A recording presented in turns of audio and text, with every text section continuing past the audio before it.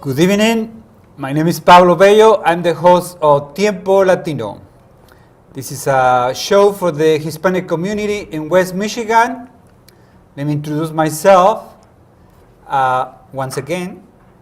I'm a journalist. I've been working all over the country as a journalist, working for weeklies and dailies, bilingual weeklies. And I'm a graduate from Wayne State University, and I'm the host of Tiempo Latino. Tonight we have our guest is Eric Pichardo. How are you, Eric? Thank you, Pablo. I'm wonderful. Thank you for the invitation. It is kind of great opportunity to share with you a lot of good things coming, and also for all of you who are watching us right now in your home. Good evening, everybody. As I mentioned, it's a pleasure to be here. Tell us, Eric Pichardo, what you do? You're an artist, right? Yeah, I'm a visual artist. I'm a musician. I'm a drummer. And also I'm creating performance.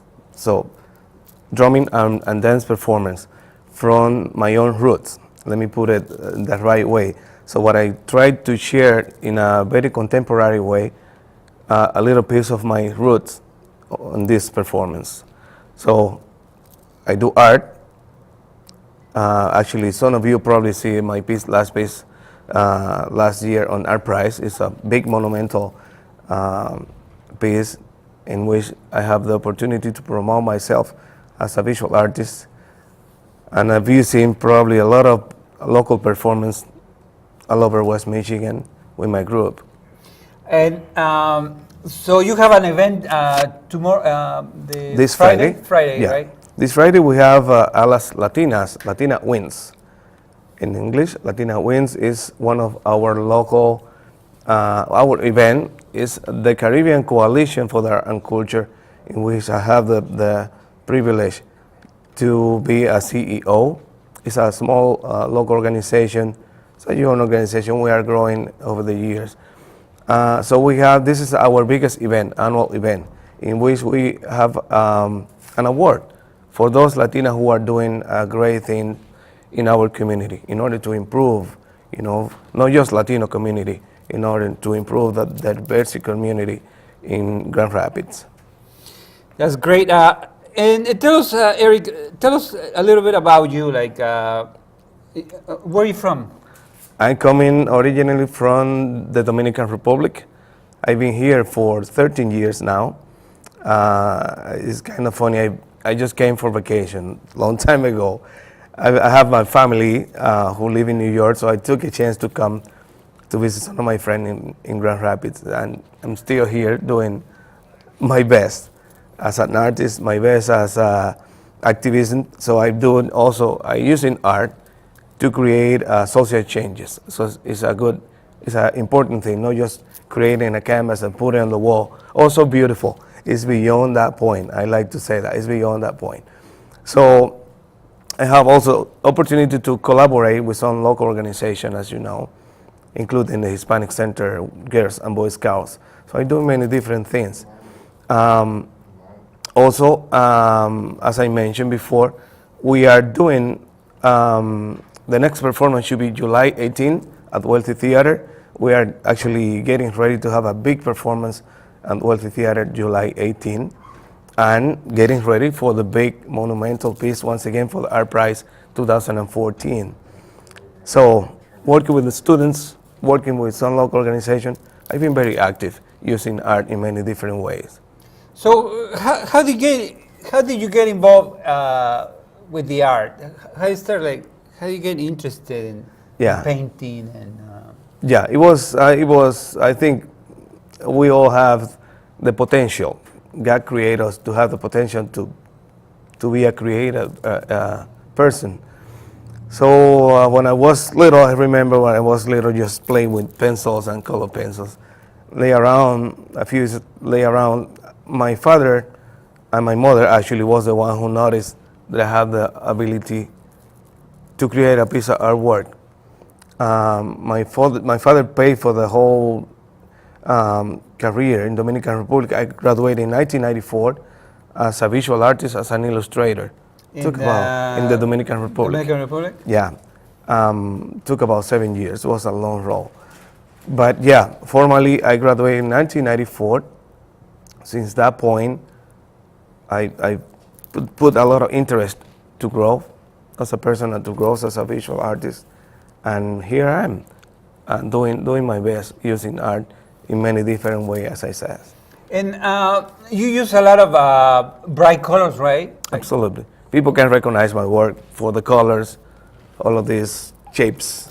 The majority of my artwork from the past, I'm focusing in our society. I mean, I using those stuff to address some social situation, some social issue, name it, word, bully. We got a big project a couple of years ago with YWCA here against bullying. That situation happened at school. So we use art for that, to address that situation in our society. So I'm being very active, you know. Oh, okay. And tell us, Eric, and you also play music, right? I do, yeah. Drumming. Drumming? Yeah, I'm drumming. I use. What kind of percussion do Yeah, you I play? play bongos, I play congas, I play djembes, I play dunduns. So all of these instruments, tambora, also from Dominican Republic, we create a performance, and actually we do type of introductional workshop in order to let people know what exactly that means. We have also open drumming 3 times a year. It's a community open drumming in which everybody are welcome to come to play with us and interact with us using drums, you know, as a communication. You know, What kind of music do you play, Eric? it's more Afro-Caribbean traditional music. Yeah. And where do you learn to play this music? In my country, yeah. I have the opportunity to learn all of this stuff with those people over there who were focused in teach. And, you know, for the next generation, they hand out this beautiful talent to us. And I have the privilege to learn how to play and how to teach somebody else how to play with those instruments. You play for children, no? Yeah, we do a lot of workshop for children and elementary and middle school. You have like a Caribbean night, or? Yeah, we do different events during the year. Caribbean Nights is one of them also. The Caribbean Festival is another big event for us. Alas Latinas is Latina Wins is the one coming this Friday. It's an award ceremony for Latinas, as I mentioned here before. We have, I use actually to promote local artists, not just Latino, promoting local artists. The way that I've been growing, I try to help them, you know, because we need to make a really, really strong art community in Grand Rapids. And so, tell us a little. You were telling me about you got inspiration by the mythology from Dominican Republic. Right, no? right. You use a lot of. I use a lot of from the history from the Caribbean.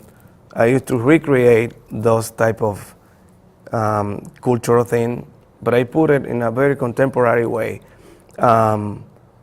I feel so blessed because that's the way that I used to talk with somebody, who I am as a Caribbean person in West Michigan. And also, I used to use, you know, many different subject matter using my art. But that's one of the main focus that I've been, you know, showing. This coming piece for the art prize is type of offensive mythology. I name it the Third Sanctuary. It's going to be actually my next piece for art prize. A monumental piece. It's 20 feet long, in which it's kind of being a storyteller. So you got to see all of these things happening in the big piece of canvas. It's gonna tell a story. And who's your your influence like, as painters? You know, who do you admire like a painter? The first one is kind of coincidence. Picasso, of course, was Picasso. I have a lot of influence from a few Mexican artists from the 19th centuries. A couple of Such other as from Diego Rivera. Diego Rivera, was one of the biggest icon from Latin American artists in the 19th centuries. Of course, we've been influenced from those artists who've been in Europe and creating a type of art school. And who's your favorite painter from Latin America? Right now, I have a few, a few. Then name it. Let's see. Portacarrero, for example, was another important Mexican artist that I got some influence because of the social content of his painting. We don't have any similarity because it was a little dark colors that he used. I have way different colors palette of my in my canvases, but for the social content, grab my attention. They kind of transform the whole way we experience art from the 19th century to these days, actually. And right now, who's heading the art scene? Like, You mean right now around the world? yes. And there is a few artists. I'm kind of glad to see a lot of actually young artists who've been successful in art business. Most of the time, people think when we pass away, the family or wife is the one who's gonna take, the fortune out of the whole creation the legacy we leave as soon as we pass away. But I see a lot of young artists around the world, not just Latino artists, who are doing really, really good in art business. And tell us like where do you get your inspiration to paint, Eric? Like what is I think, motivates? I think life per se is giving me a motivation to paint. I used to paint at least 3 times a week, focusing a new project. I don't believe in inspiration. I mean, by working often, give you the tools to be better, for example, and to improve the way that you develop a piece of art. So I push myself to keep, moving and creating art, and also, creating a new project to work with kids here. For those who doesn't have access to go to school, to art school, I used to give some time to teach them, because that's the way that I learn actually. So I kind of, passing to the new generation, because I think art is a really, really important in our society for the whole humanity. So art is a really important element, So you work with a lot of children, no? Like Yeah, I do. Hispanic children. Hispanics and not Spanish. I think we have a diverse community right now. And what do you do with these children? Like, what are you teaching them?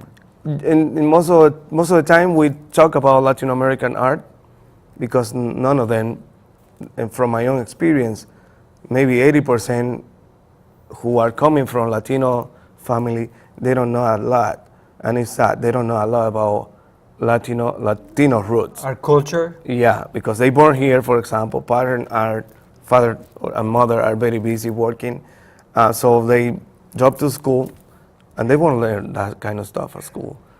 So I have type of my own responsibility to teach them where they come from. Why do you think they are deserting school, Eric? I'm sorry, say it again. Why do you think they are leaving school? This is a big problem in our community. Yeah, it is. A lot of children, they just leave school. They don't go to school. Right, and this is another social issue in our community right now, and there is a lot of reason for that.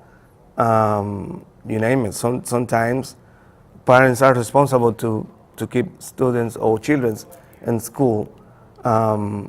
Later on, when they turn teenagers, most of the time, you see a lot of teenagers, girls, teenagers who have babies and family right away.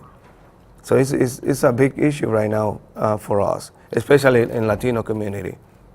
And you work with a lot of our young people, and like what are they good at, with colors, with painting, I think they got a lot of skill. I actually learned from them. I don't know if you remember, couple of years ago, the Hispanic Center host a big project. We name it Identity Portrait. You know, the Granville Avenue has a lot of issue with gang, so we take a few of those guys who got the graffiti. They have a lot of talents doing graffiti, so we take them out of the type of situation. A few other later on disappear, but we built a really good project with them. Two of them are right now on Marine, and it was a surprise for me later on. Those guys turning to be a really model in our community. And what do you think about the idea of making murals all over the city? That is something that you would like to participate in a project Absolutely. like that? And there is a couple of projects coming right now this year in actually Granville Avenue. There is a couple of murals coming along very well. We're looking for actually financial support because it's a big monumental project. And I think we need that type of thing here.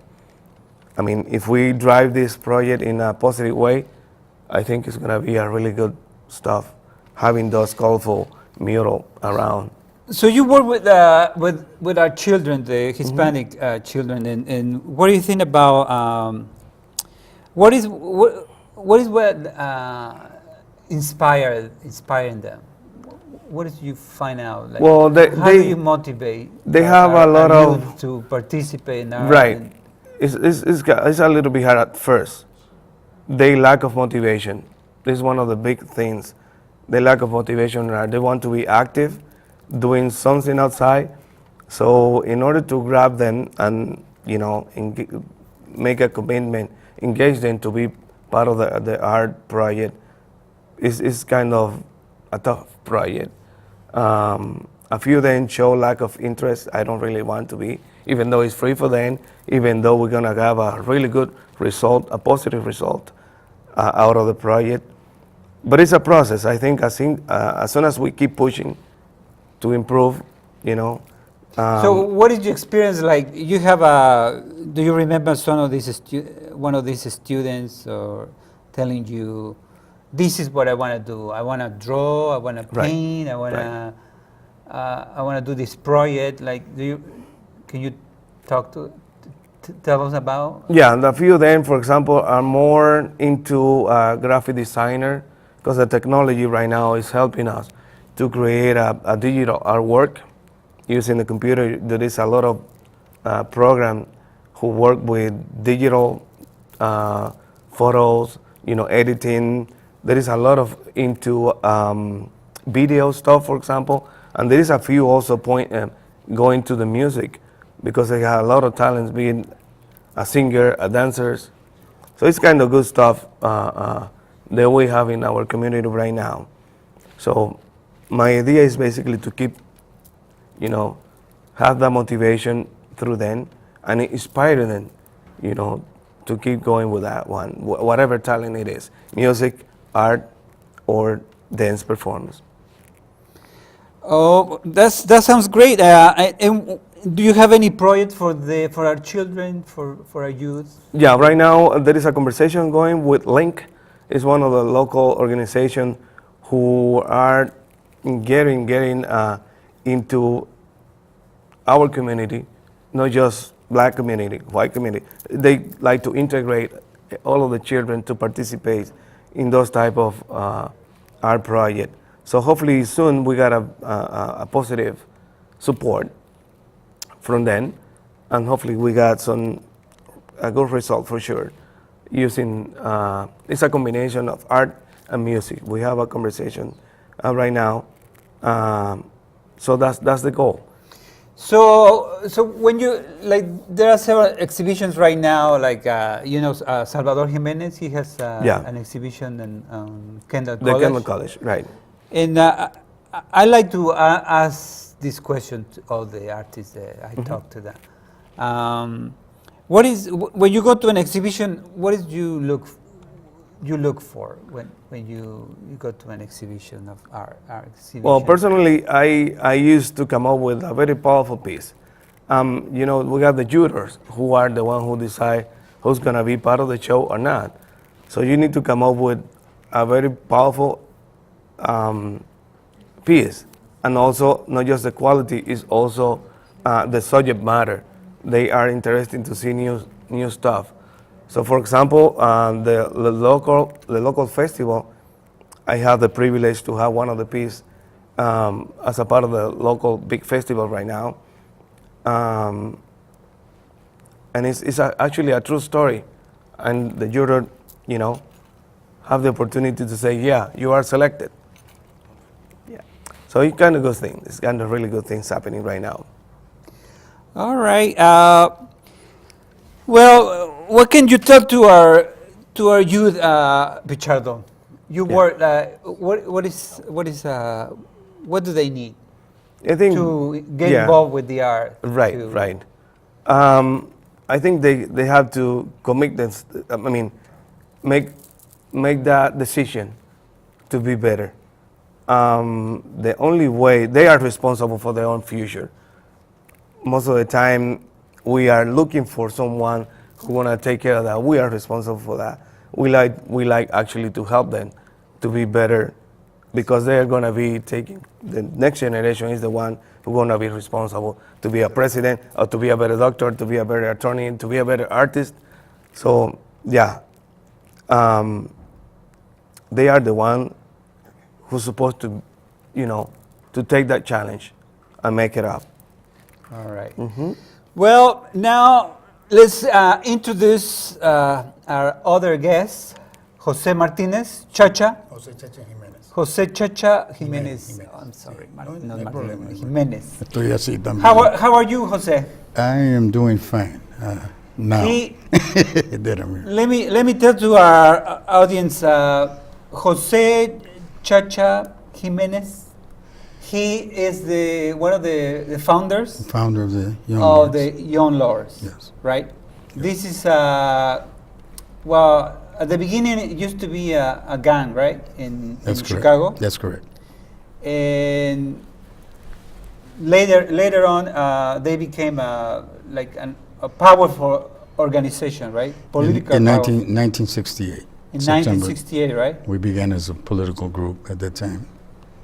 And tell us, how do you start this idea of become a political organization after being involved with gangs? Well, we're from the neighborhood of Lincoln Park, Chicago, and it was the 1960s, and the Democratic Convention was taking place. The hippies were in Washington Park and Lincoln Park, and that was connected to our community. And we were being kicked out of our neighborhood. We were being displaced.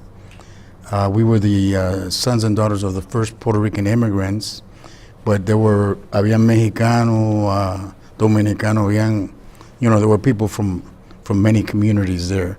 But I'm saying that we were the sons and daughters of the first Puerto Rican immigrants. So that was also another community that was there. And First generation? First generation, yeah. And so it was prime real estate, because it was near the lake and near downtown. And so the city, when we moved in, they didn't like us, so they moved out.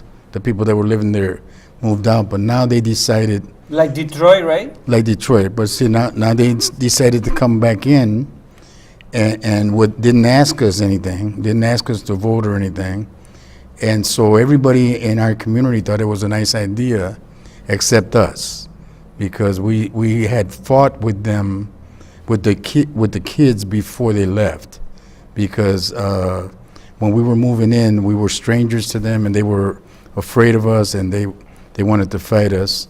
And so even though this was more sophisticated, it was still the same thing. They did not want us there, They wanted to kick us out.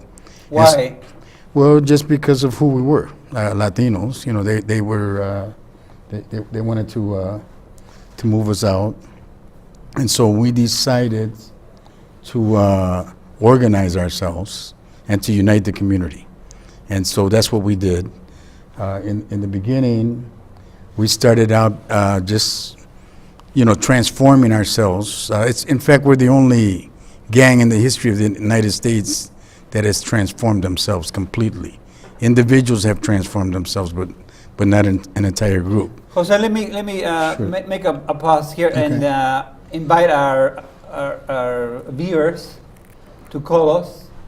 Our phone number is 616-459-4881. If you have any questions for Jose Chacha Jimenez, founder of the Young Lords, an organization that at the beginning was a gang in Chicago, and later on became a political organization, a very powerful organization. And if you have questions for our guest, Eric Picardo, one of the artists here in the community, who uses a lot of color, very colorful paintings. I really like them. You can call us 616-459-4881. I'm sorry, Jose. Okay. Can you continue? Sure.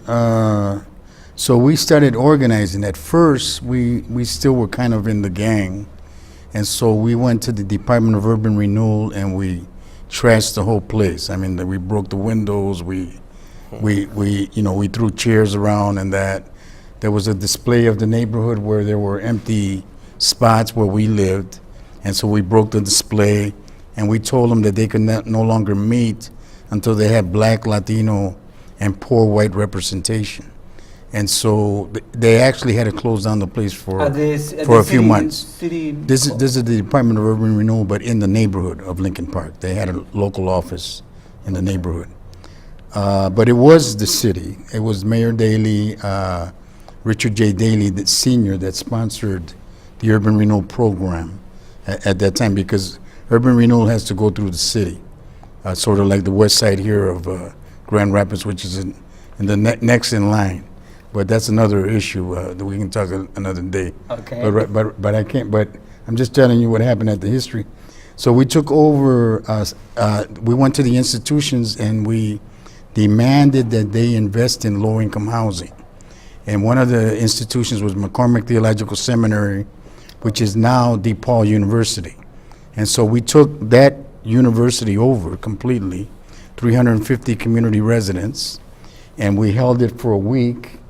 And we won all the demands: $601,000 for low-income housing, $25,000 for a daycare center, and $50,000 for 2 free health clinics for the community. And the students supported us. The seminarians also supported us.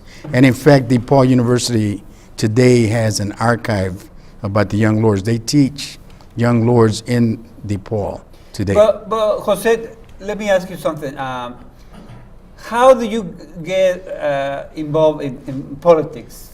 I guess at the beginning you were not interested in politics. Well, actually, I was the first Latino in the history of Chicago to run against the Daley machine and to run for any office. Before I ran, they were appointed. People were appointed to office, but nobody had run before. And for the first time, coming out of jail for protests, we got 39% of the vote, and all you need is 51% to win. You were we did in that. jail for protesting? So, when I was in the gang, on the street gang, using substance abuse, drugs, and everything else, I would go to jail for 2 or 3 days. But when we became political, in a 6-week period, I was arrested 18 times and charged with felonies, and we won all the cases because we had to do that before I ran for alderman. But so I had to go into hiding for 2.5 years. I turned myself in. We decided I was going to run for alderman. We wanted to keep the struggle going, and I had to do a year first, so I did the year, and while I was in the jail, I announced that I was going to run for alderman, and like I said, we got 39% of the vote. Later on, we actually won because we helped elect the first African-American mayor to Chicago, Mayor Harold Washington. And I was a Northside Hispanic precinct coordinator for his campaign, and it was victorious. So we went from picketing and demonstrations to winning, to becoming part of the city itself. I mean, I could go into City Hall and see the mayor. And Jose, how do you motivate all these young people? Like, what do you say to them to tell them to organize all these young people? It's a job, making change is a job. What do you tell to this? Well, I mean, it takes, it helped that I was president of the gang when they were transforming. So that helped. But half of the gang did not want to change over. They called us names, Comunita and all these other names. But we grew up in the neighborhood, so we don't know what they're talking about. You knew these guys, right? We knew these guys, and we grew up there. And what we proved was that you can actually work with youth, because here in Grand Rapids, I actually ran the KO Club, which was a youth gang prevention program.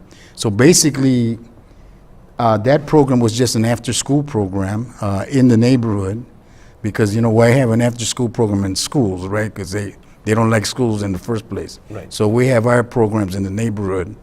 That's what the Young Lords were about. And so we ran a program here, and it was a matter just of working with the youth. Right now they've taken away many of the programs, but just working with the youth helps to prevent gang violence. I also was a substance abuse counselor.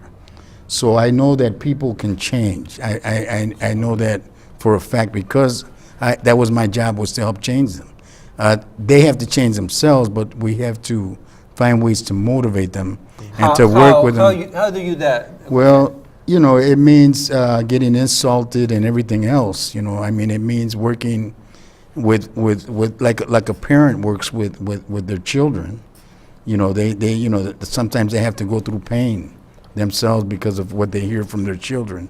So it means some of that, but it means being persistent and caring and loving and knowing that these are the children of our community, that like Ed was saying before, we are responsible to change them. We don't rely on no one else. Right. We rely on ourselves. But we also demand that the city provide some help for us because we're taxpayers and we pay taxes for services, and these are the children of Grand Rapids or Chicago or wherever we're at.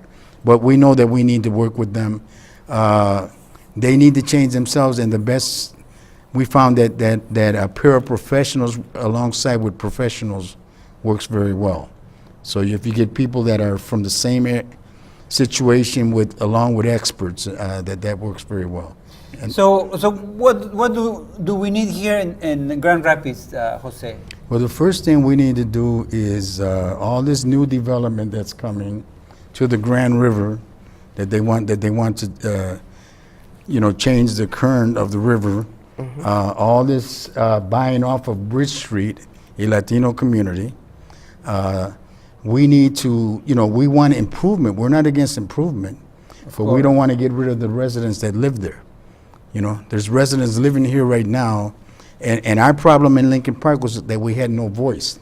They didn't ask us what we wanted in our community. They just came in and took it like they did the Indians, Well, we have the same problem here in Grand Rapids, right? Like there is no Hispanics in the city council. The city council. Well, that's correct. Everyone is. It is our responsibility. Dutch, no? It is our responsibility. And some blacks too, but we have a Latino representation in the city.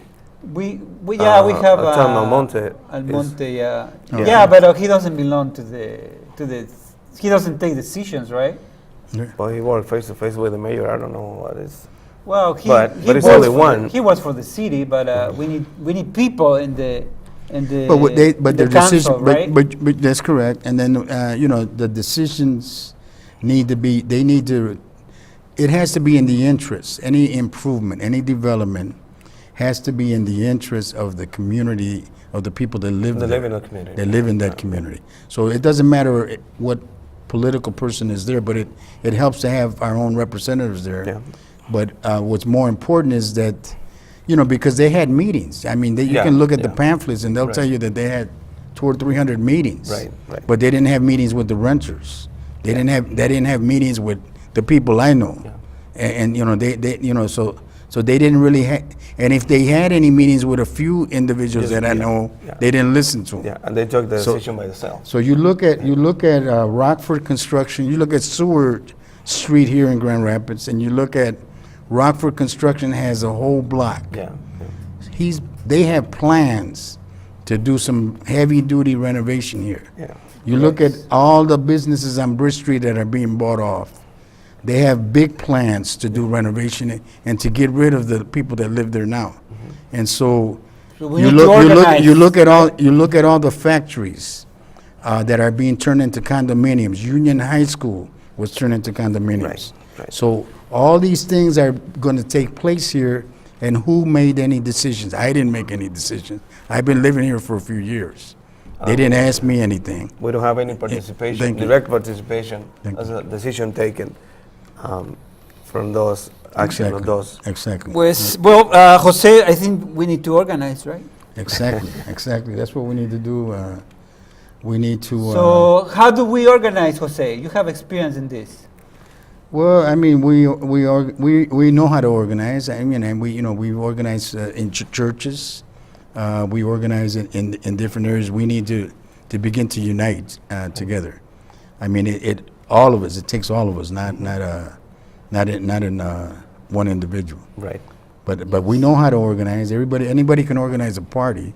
Then they know how to organize. But the thing of it is what are we organizing for? And we're organizing for democracy. Right. We're organizing to be heard. As Latinos, as poor people, we're organizing to be heard. And we're demanding to be heard because we're tax-paying citizens. Absolutely. And so, like going back to the young people, what is what the Latinos need, the young Latinos need, Jose? Like, Well, I think have experience with. I think we working need I think we need some after-school programs in the schools and after-school programs in the neighborhood. We had a slogan when we had the KO Club. It says support youth for a change. That's real clear what we need to do. Absolutely. We need to support our youth. We don't. Our youth are very skilled and they do different positive things, and we don't reward them. Right. It's no big deal, what they did. So we need to support our youth. We need to go to those youth that are alienated from schools and find out why they're alienated and see if we can work with those youth. Those are our children. And so we need to be responsible adults and work with our children. And we need to demand that the city focus on our youth. There's a guy, Milton Thrasher. He was the guru of youth gang violence. And in the 1900s, he wrote a book about 1,200 gangs. And his thing was neighborhoods in transition are breeding grounds for gangs. So neighborhoods that are changing are breeding grounds for gang. This city is getting ready to make a lot of changes. Right. They're responsible to take care of the youth as they transform the city. Well, we have a lot of young people right now. The both parents are working. Mom is working 8 or more hours. Dad is working 8 or more hours. Mhm. Immigrants, Yeah. and the children are by themselves at home. That's right. Nobody's taking care of them. Those latchkey children. And this is this is a big problem. It's a major in our, problem, in our yeah. community, right? Okay. Right. And I don't know if you noticed that all of the after-school program, the budget having cut off. Okay. So that's the reason I'm out of work right now. Because Okay, that's good. they don't want. I mean, they don't have money to pay, for example, an instructor to develop some nice project with those kids. So as the that's a financial good point. situation is That is very good point. lack of support. Yeah, Well, we that's a have very good point. That's a very like good point in what you're saying, that they're- Governor Snyder is cutting funding for schools for these everything. programs, Yeah, right? Right. Well, And actually- giving tax breaks to the big corporations. But actually, Governor, President Obama and through Governor Snyder, through the state, they just approved, for example, children that are in 4-year-old children, all 4-year-old children are going to get daycare, pre-daycare within the schools. They just approved several millions of dollars for that. That's really good. I got Yes. about 80 million, I believe, for the state That's of really good. Michigan. And so this week, right? I think. it was Last week? last year. I mean, Oh. recently it was approved for this budget. But it for was the, announced, for the huh? 2015 budget. So we also need to expand that to include Yeah. the youth. The fact they need to realize that both parents have to work in order to make it, and so Yeah. we need to be able to provide some services for the youth that are latchkey children that are left home alone. Right. Older children watching little children. The little children, right. We need, Yeah, like, we need to provide for that. I would like to say to our viewers, like, there is reasons for violence, There is reasons for crime. It's not like crime just pops out from nowhere. Absolutely not. Yeah. But this is coming from children there by themselves at home, right? The mom is working 8-10 hours a day. Dad is working 8 or 10 hours a day or more. Well, And- the and- TV is a big issue. I mean, part of the reason that you see a lot of violence coming out of the TVs, and they Yeah, don't have but any other option. But I think the main problem is that children are growing by themselves. There is no one to tell you, go to school, do your homework, go and do something after school, but just them by themselves. Right, they are being unsupervised. So supervision is definitely a good way to help the youth. Right. If we can just provide programs and Yeah. not cut the funding. Not I Yeah, think that- because that's what- people complain about criminals, Right, and if the but they don't offer solutions or alternatives. well, that's I mean, drug dealers are providing work for the kids. Right. When that should be done through the city and through other services. Absolutely. So I mean that's one of basically these big what's going on. corporations that we have. I mean, they have billions of dollars there, and come on, like we need services, we need jobs. Like, do something with your money, Like, Well, Right, that's right. the reason we got to get united and make it work, because it won't happen by themselves. I mean, because or a magical way. we have resources, and that's the key, right?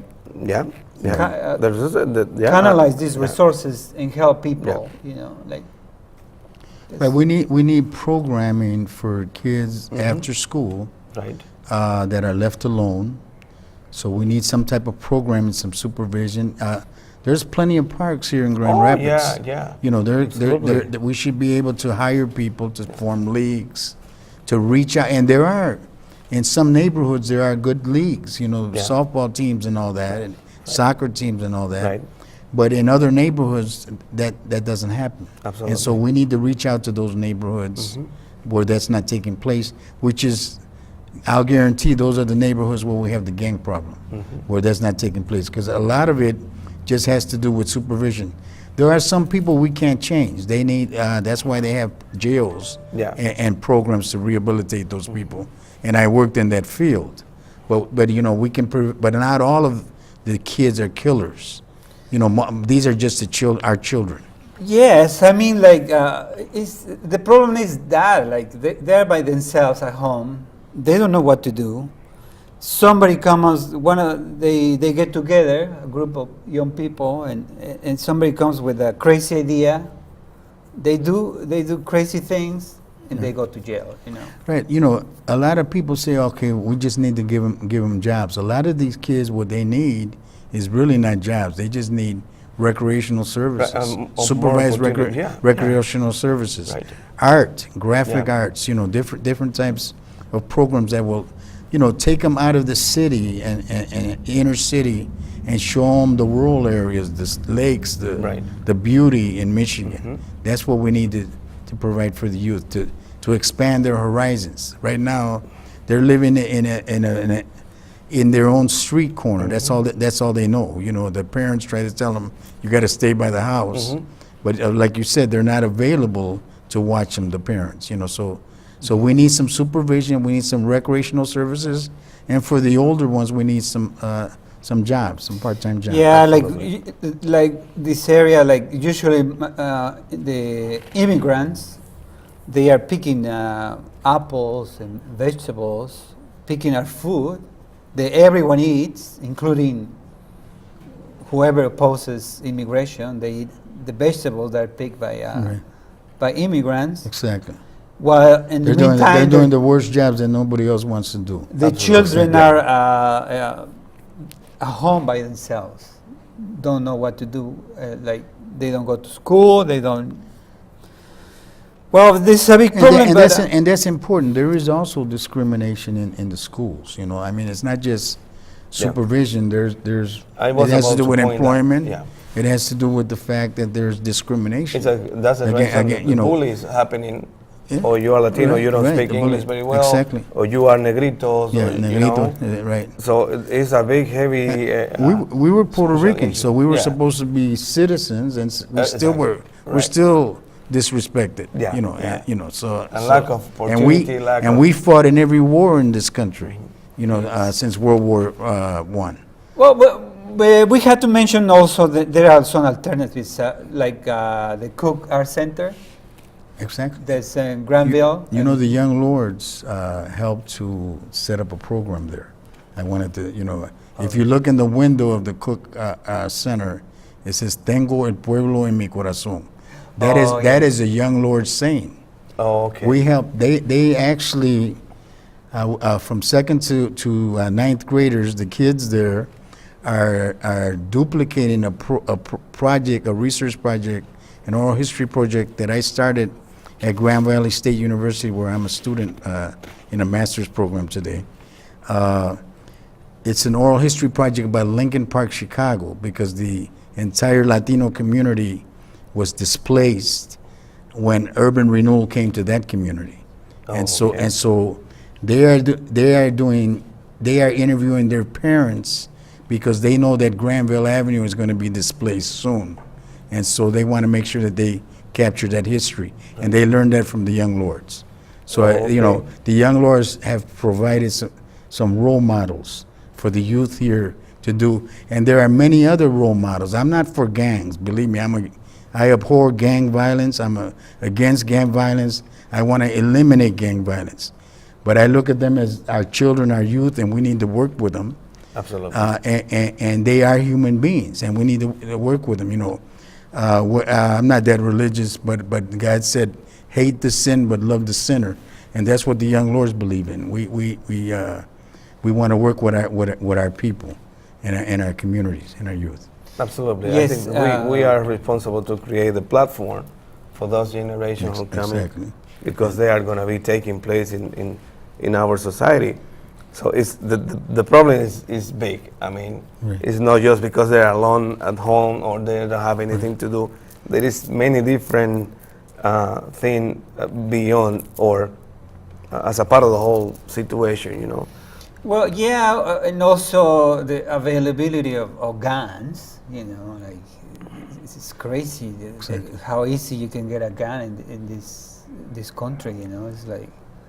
The violence on TV, that's exactly what I the told only thing you, that you see on TV is violence. Yeah, so they see that 24/7. Show after show, Yeah, everyone it's is just killing violent. each other Killing like a fly. They dropping like a fly. And the gangs that are in jail, they have nothing else to do, so they become professionals in jail. Yeah. And they run the streets from the jail, from the prisons. That's right. Instead of us running our own community here, they're running it from the prisons. From the prison. That's and absolutely right. when they come out of prison, there's no programs for them So they end up going, there's a high recidivism rate because there's nobody working with them either. So, I'm not I think they need some help too. Absolutely. But I'm telling you, the truth is that they're running our barrios at this point. And we need some help, some assistance from the businesses, from the churches, from the city, from all the political leaders. Yeah. We need to come together. We have a very serious problem. We're going to have a worse problem when they start displacing and kicking people out of Bridge Street and some of these other neighborhoods because of discrimination, because it's displacement for profit.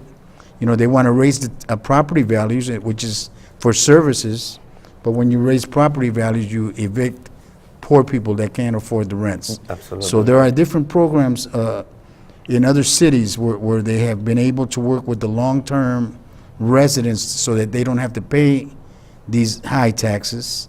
So the politicians have made laws. There are laws that can be made to regulate development. So we're looking for, what we need is neighborhood controlled development. We need to have development that works for our youth and our community and our people, and we need to have a voice in democracy. This is America, a free country. We need to be able to vote. This is about voting. We need our voices as Latinos are not being heard, and as poor people, not just as Latinos, but as poor people and people from many different ethnic minorities who live near downtown and near lakes and near rivers, and are being displaced because it's prime real estate, just like they did to the Indians. They bought Manhattan and all these places for beads, for little beads. That's what they're doing to our people today who own houses on the west side. They're buying their property off for beads when they know it's prime real estate. It's by that river, all those plans that they have in mind, and it's near downtown. So they're stealing, if I can use that word as a derogatory word, it's piracy, what they're doing to our community. And so hopefully we can awaken people. That's why we did the project. It's called the Young Lords in Lincoln Park. It's www.gvsu.edu/younglords. So it's in the archives of Grand Valley State University. All right, well, we almost through with our program, and I would like to tell you that this is a show for our community, to inform our community, to tell what are the resources available, what is, and I would like to also to tell you about my website, GrandRapidsTiempoLatino.com. It's information for the Hispanic community, because we don't have any representation on the media in either. There is no Latinos in the media and on TV or on the newspapers. No, the only ones. We have our own newspapers, but the only thing they show on TV about Latinos is when somebody dies or is killed. Yes, basically the negative. There is a robbery or there is something horrible. Is the only way that we made the news. So I would like to invite our audience, our viewers, to see our work, and to listen to our guests. What they have to say is very important for our community. And I would like to thank you for coming to our show, Tiempo Latino, host this time for CTV. And we just have a few more minutes. And if you want to say something for our community, for our viewers that are watching us. Absolutely. I think the conversation turned really interesting to the end, and once again, it was a pleasure to share with you. Thank you, Pablo, once again for the invitation.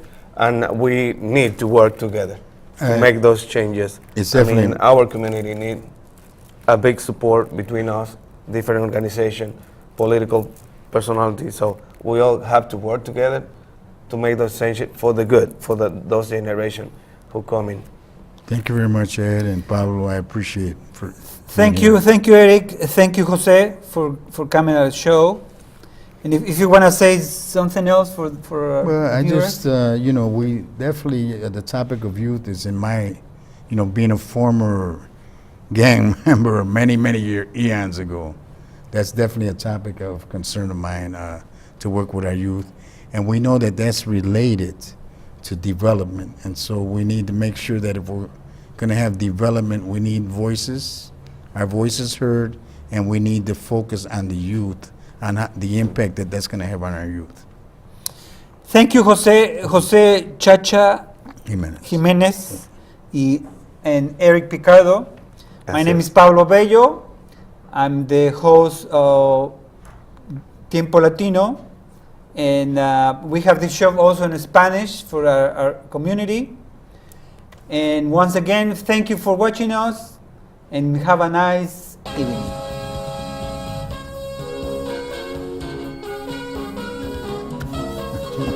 Hay que hablar.